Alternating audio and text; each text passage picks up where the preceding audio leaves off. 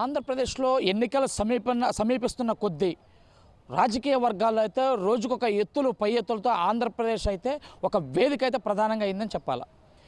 ఏదైతే YSR Congress party why not 175 అంటూ అభ్యర్థుల్ని దాదాపుగా 60 మంది అభ్యర్థుల్ని రాష్ట్రంలో మార్చేస్తూ కొత్త ముఖాలను తెర మీదకు తెస్తున్న ప్రయత్నాలు అయితే చేస్తూ రాబోయే ఎన్నికల్లో 175 గెలవడమే లక్ష్యంగా వైఎస్ఆర్సీపీ ఇప్పటికే పావులు కదిపింది.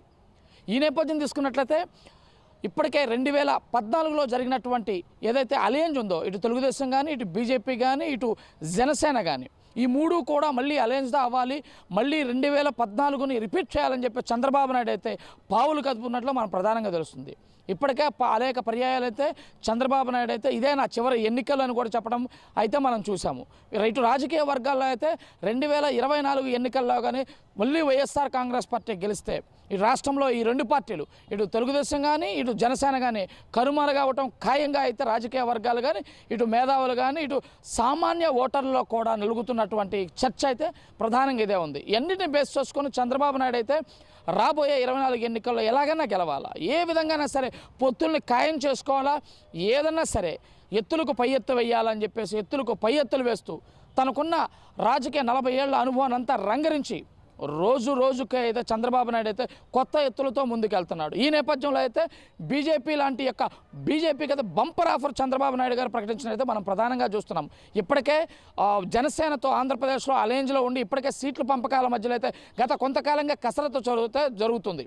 ఎన్నికల్లో ముఖ్యమంత్రి అభ్యర్థి ఎవరు అనేక విషయాలపైన కూడా ఇప్పటికే సుదీర్ఘమైన చర్చల అనంతరం ఇటు పవన్ కళ్యాణ్ కానీ, ఇటు చంద్రబాబు నాయుడు కానీ ఇప్పటికే ఒక వేదికను పంచుకోవటం చూసాము. రాబోయే రోజుల్లో అయితే ఎవరు ఎన్ని సీట్లతో పోటీ చేస్తారనే విషయాన్ని అయితే మనం ఉన్నాము. కానీ ఈ నేపథ్యం తీసుకుంటే బీజేపీ మన తెలుగుదేశం అండ్ జనసేన అలయన్స్తో కలిసి వస్తేనే విజయం ఈజీగా అవుతుంది, ప్లస్ కేంద్ర సహకారం ఉంటుంది. ఇప్పుడు ఇచ్చినటువంటి పథకాలు ఏదైతే కొత్త మేనిఫెస్టోలో పెట్టే పథకాలన్నిటి కూడా బీజేపీ మద్దతు ఉంటేనే రాబోయే ఎన్నికల్లో గెలిచిన తర్వాత మనకి పరిపాలన సౌలభ్యం ఈజీగా ఉంటుందని నమ్మినట్టు చంద్రబాబు నాయుడు తెలుగుదేశం ఏదైతే వైఎస్ఆర్ కాంగ్రెస్ పార్టీని ఎదుర్కోవాలంటే బీజేపీ సపోర్ట్ పక్కా కావాల్సిందని చెప్పేసి తను నమ్ముతున్నట్లయితే తెలుస్తుంది. ఈ నేపథ్యం తీసుకుంటే ఒక బంపర్ ఆఫర్ అయితే బీజేపీకి అయితే ఇచ్చారు.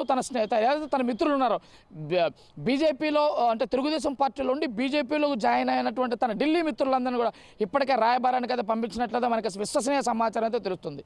ఇప్పటికే తీసుకున్నట్లయితే దాదాపు 5 పార్లమెంట్ స్థానాలు, 6 అసెంబ్లీ స్థానాలు ఆంధ్రప్రదేశ్లో కేటాయిస్తాము. 2024 ఎన్నికల్లో అయితే ఎన్డీఏతో మేము కూటమిలో కూడా జాయిన్ అవుతామని ఇప్పటికే ఒక ఆఫర్ని అయితే బీజేపీకి అయితే ఆఫర్ని అయితే ఇవ్వటం చూసాము. ఈ ఆఫర్ను ఆల్రెడీ ఢిల్లీలో ఉన్న తన మిత్రులైతే బీజేపీ యొక్క అతి పెద్దలకైతే ఇప్పటికే చేరవేసినట్టు చూస్తే ఇప్పటికే మంత్రాలు అయితే జరిగిపోయినట్టు కూడా మనకు తెలుస్తుంది. ఈ ఆఫర్ టెంప్టింగ్గా ఉన్నా కూడా బీజేపీ పెద్దలు మాత్రం ఈ ఆఫర్ని కాకుండా చంద్రబాబు నాయుడు యొక్క వీక్నెస్ని దృష్టిలో పెట్టుకొని వారు ఇంకా డిమాండ్ చేసినట్టు మనకు తెలుస్తుంది. ప్రధానంగా 8 లేక 10 పార్లమెంట్ స్థానాలు కావాలి, 12 అసెంబ్లీ స్థానాలు ఇస్తే మాత్రం మేము ఆలోచన ఇస్తామని చెప్పేసి కూడా ఇప్పటికే వారు ఒక ఆఫర్లు అయితే పెట్టినట్లయితే మనకైతే విశ్వసనీయ సమాచారం అయితే తెలుస్తుంది. ఈ నేపథ్యంలో తీసుకున్నట్లయితే ఇప్పుడే అందిన వార్త ఏంటంటే ఇప్పటికే ఏదైతే చంద్రబాబు నాయుడు ఇచ్చిన ఏదైతే బంపర్ ఆఫర్ ఏదైతే ఉందో ఈ బంపర్ ఆఫర్ని ఇటు రాష్ట్ర ప్రభుత్వంలో ఉన్నటువంటి రాష్ట్ర అధ్యక్షురాలు ఇటు పురంధరేశ్వరి కానీ, కేంద్రంలో ఉన్నటువంటి పెద్దలు కానీ వీరంతా కూడా దీనిపైన సంతోషంగా చర్చించిన తర్వాత ప్రధానమంత్రి యొక్క తుది నిర్ణయం కోసం వేచి చూస్తున్నారు. ఇటు ప్రధాని కూడా బీజేపీలో ఉన్నటువంటి కూడా ఇప్పటికే 3 రాష్ట్రాల్లో గెలిచినటువంటి జోష్లో ఉన్నటువంటి బీజేపీ కూడా రాబోయే ఎన్నికల్లో దేశవ్యాప్తంగా 400 పార్లమెంట్ స్థానాలు గెలవాలి. ఈ నేపథ్యంలో నుండి చిన్న చితక ప్రాంతీయ పార్టీలు అన్నీ కూడా ఎన్డీఏలో భాగస్వాములు చేసుకోవడానికి ఆలోచన ఉంది.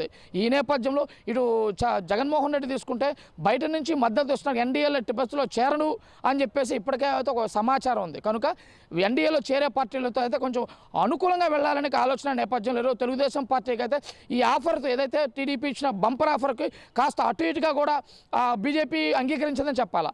వీళ్ళు బీజేపీ అయితే 10 పార్లమెంట్ స్థానాలు, 12 అసెంబ్లీ స్థానాలకైతే ఆఫర్ ఇచ్చింది. కానీ తెలుగుదేశం పార్టీ అయితే 6 పార్లమెంటు, 12 అసెంబ్లీ స్థానాలు ఇవ్వడానికైతే ఒప్పుకున్నట్లయితే మనకి విశ్వసనీయ సమాచారం. ఇటు 2 వర్గాలు కూడా ఒప్పుకున్నారు. ఈ నేపథ్యంలో ఫస్ట్ వీక్లో అంటే జనవరి మొదటి వారంలో అయితే ఇటు జనసేన అధ్యక్షుడు పవన్ కళ్యాణ్ కానీ, ఇటు తెలుగుదేశం అధ్యక్షుడు చంద్రబాబు నాయుడు ఇద్దరు కూడా ఫస్ట్ వీక్లో ఢిల్లీ పైన అవుతున్నట్లు కూడా మనకు సమాచారం ఉంది. ఢిల్లీ పెద్దలను కలిసి ఈ యొక్క అలయన్స్లో భాగంగా బలంగా మాట్లాడటం, తదనంతరం ఎన్డీఏలో చంద్రబాబు నాయుడు మరియు పవన్ కళ్యాణ్ ఇద్దరు కూడా ఎన్డీఏలో చేరుతున్నారు. ఎన్డీఏలో చేరిన రాబోయే ఎన్నికలను దృష్టిలో పెట్టుకొని ముగ్గురు కూడా ఇటు బీజేపీ, తెలుగుదేశం, జనసేన ముగ్గురు కూడా కలిసి ఆంధ్రప్రదేశ్ 2024 ఎన్నికల్లో అయితే పోటీకి అయితే వెళ్తున్నారు. ఈ బంపర్ ఆఫర్ చూసుకున్నట్లయితే రాబోయే రోజుల్లో తెలుగుదేశం పార్టీ ఈ బంపర్ ఆఫర్ అధికారంలోకి తెస్తానైతే విషయాన్ని అయితే మనం అయితే వేచి చూడాల్సిన పరిస్థితి మనకు కనపడుతుంది. కానీ ఒక పక్క చూసుకుంటే ఇప్పటికే ఈ నెల ఆఖరికల్లా వైఎస్ఆర్ కాంగ్రెస్ పార్టీ ఇప్పటికే అభ్యర్థులను అయితే ప్రకటించేస్తుంది. జనవరి నుంచి ఏదైతే ఇప్పటికే సంక్షేమ పథకాలు కానీ వాటన్నిటిని కూడా కొత్త ముఖాలతో కూడా అంటే కొత్తగా నియమించినటువంటి అభ్యర్థులతో కూడా వాటిని పంచే విధంగా అయితే ఇప్పటికే సమాయత్తం అవుతుంది. ఇవన్నీ ఈ నేపథ్యం చూసుకుంటే ఆంధ్రప్రదేశ్ రాజకీయాల్లో అయితే సరికొత్తగా మళ్ళీ 2014 సీన్ రిపీట్ కాబోతుంది. ఇటు వైఎస్ఆర్ కాంగ్రెస్ పార్టీ ఒంటరిగా వెళ్ళబోతుంది, ఇటు Telugu Desam party, Janasena and Telugu Desam party మూడు కలిసి అలియన్స్గా అయితే ఆంధ్రప్రదేశ్ ఎన్నికల్లో రసవత్ర పోరుకైతే సిద్ధమైనది. ఇది తాజా పరిస్థితి. విజయవాడ నుంచి వీడియో జర్నలిస్ట్ వల్లితో కృష్ణమేడ, విజయవాడ.